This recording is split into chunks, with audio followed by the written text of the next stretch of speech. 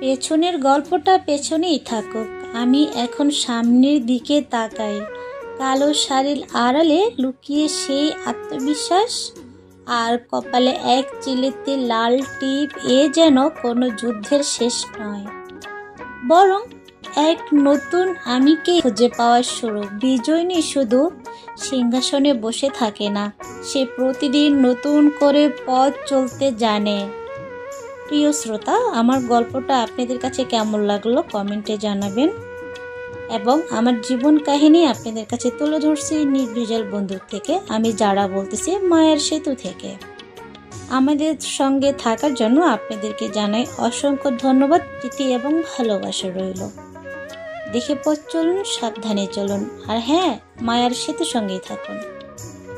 আমাদের গল্পটা যদি আপনাদের কাছে ভালো লেগে থাকে তাহলে ফলো দিতে ভুলে যাবেন না। আল্লাহ হাফিজ।